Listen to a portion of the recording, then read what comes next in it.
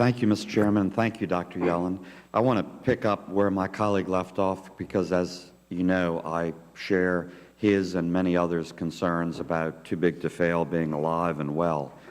As both of you noted, there are many studies that document, even try to measure, too big to fail and the market subsidy or advantage that the mega banks have.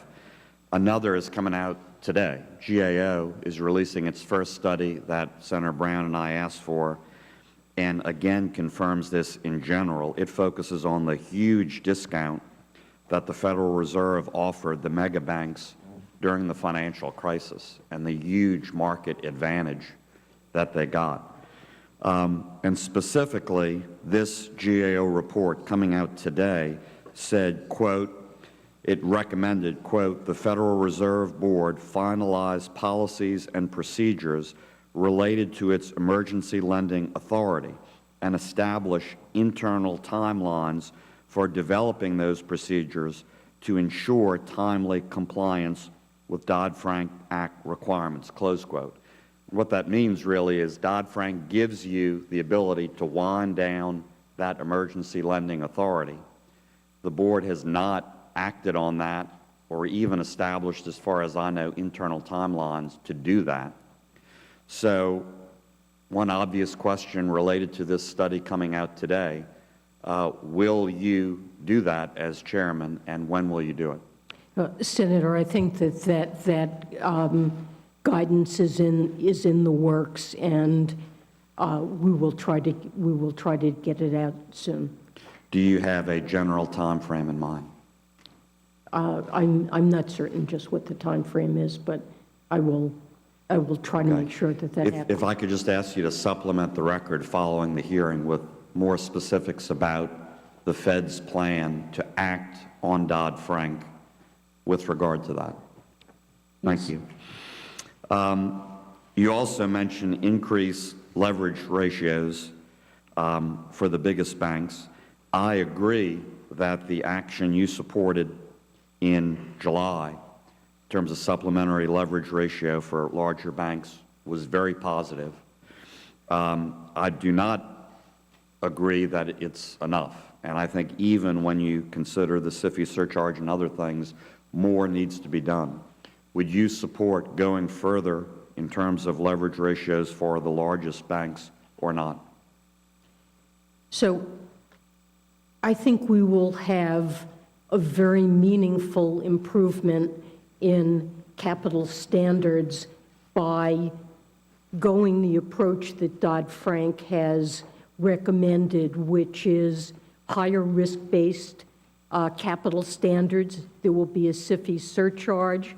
We're contemplating a counter-cyclical capital surcharge that would add to that. We are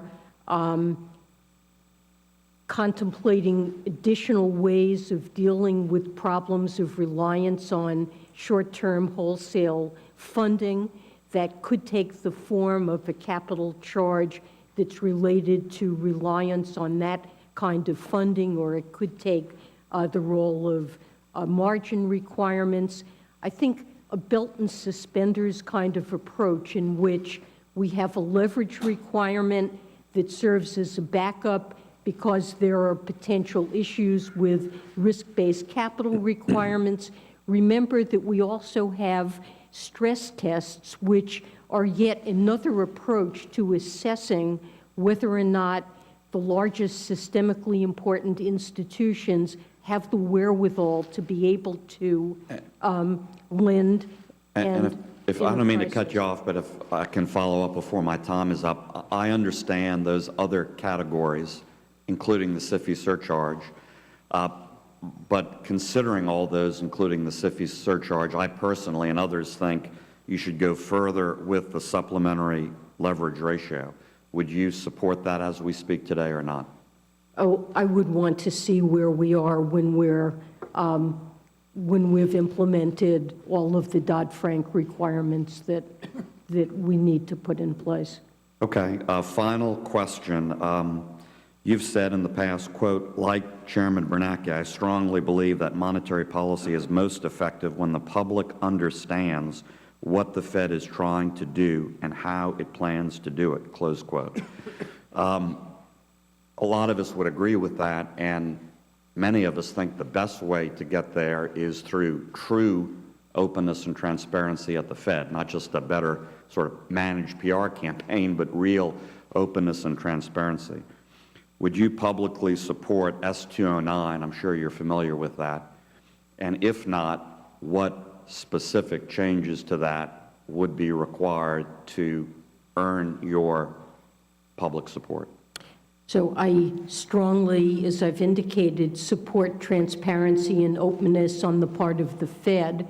And I think with respect to monetary policy, in terms of the range of information and the timeliness of that information, we are one of the most transparent central banks in the world. What I would not support is a requirement that any requirement that would diminish the independence of the Federal Reserve in implementing and deciding on implementing in monetary policy. For 50 years, Congress has recognized that there should be an exception to GAO ability to audit the Fed to avoid any political interference in monetary policy.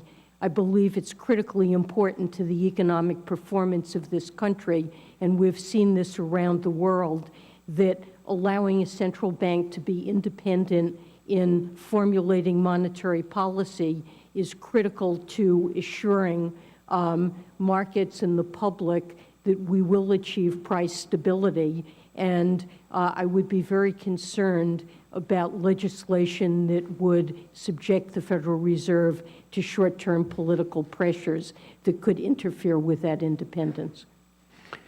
Thank you, Mr. Chairman. Senator Tester. Yeah, thank you, Mr.